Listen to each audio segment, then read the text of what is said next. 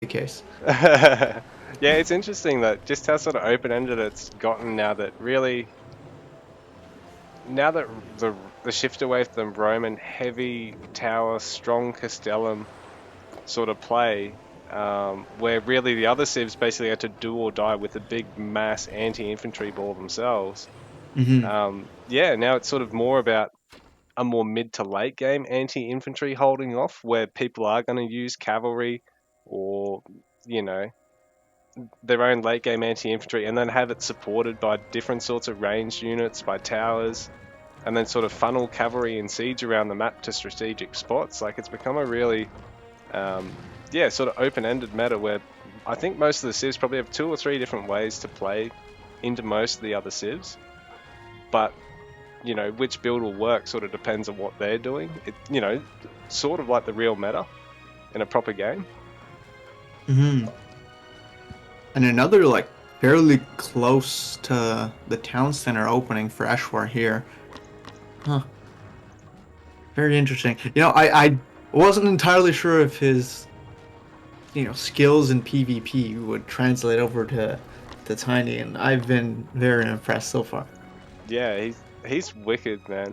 He's unbelievable at Tiny. Like he's really, I think, sort of encouraged that sort of play because he was one of the people that I think encouraged people like, his brother EKA and myself and Crimson and you to sort of play slightly more defensively and look at how we can add other stuff in. And Hmm. to be honest, I want to say thank you and congratulations on your series of the way. It was a really cool 7 game series. Yeah, yeah. I didn't. Once I finish editing that, that'll be a fantastic video. But yeah, it was fun. That was a heck of a lot of fun. Uh, Wages bring so much energy to me in those types of games that I I can't say no. I can't say no to his requests. Yeah.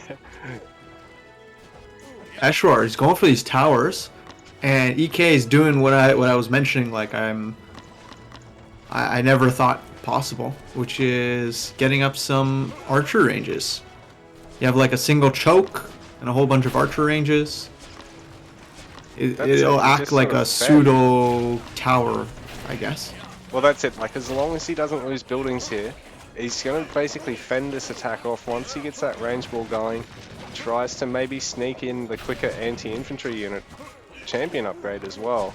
Like, I think that's another big thing too that sort of encouraged that quick Silver Age transition, because if you can keep up in numbers roughly evenly, if you get that upgrade and you get a lot of kills a lot quicker than your opponent can, and can really sort of make the game of risk harder for them than it is for you in the moment. Force errors a lot easier.